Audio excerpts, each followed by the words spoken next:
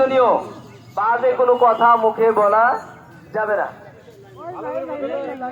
এরপরে অন্তরে সিয়াম আছে, আপনি সিয়ামরত অবস্থায় খারাপ কোনো চিন্তা করতে আছে, আপনি রোজা রাখা অবস্থায় এই দুই পায়ে হাইটি খারাপ কাজে যেতে পারবেন না। এতগুলি অঙ্গ সিয়াম আল্লাহর কাছে কবুল হবে, আপনি তার প্রতিদান পুরস্কার পাবেন ইনশাআল্লাহ।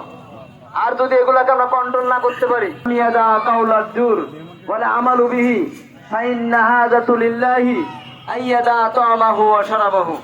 আল্লাহ রাসূল বললেন, সিয়াম রাখা অবস্থায় যদি কেউ খারাপ কাজ আর খারাপ কথার থেকে বিরত থাকতে না পারে, তাহলে তার সিয়ামের ব্যাপারে আম পালন করি, কোরআন তেলাওয়াত করি, কোরআন থেকে শিক্ষা গ্রহণ করি, কোরআনের আলোকে করি। আল্লাহ পাক আমাদের সবাইকে সেই তৌফিক দান করুক। সবাই বলে আল্লাহুম্মা আমিন।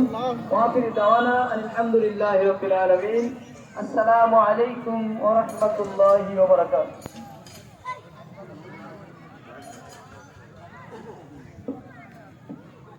আলহামদুলিল্লাহ, মুফিজ ভাইয়ের কাছে সুন্দর সুন্দর কথা শুনলাম।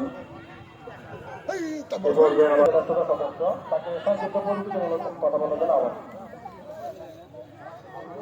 আলহামদুলিল্লাহ।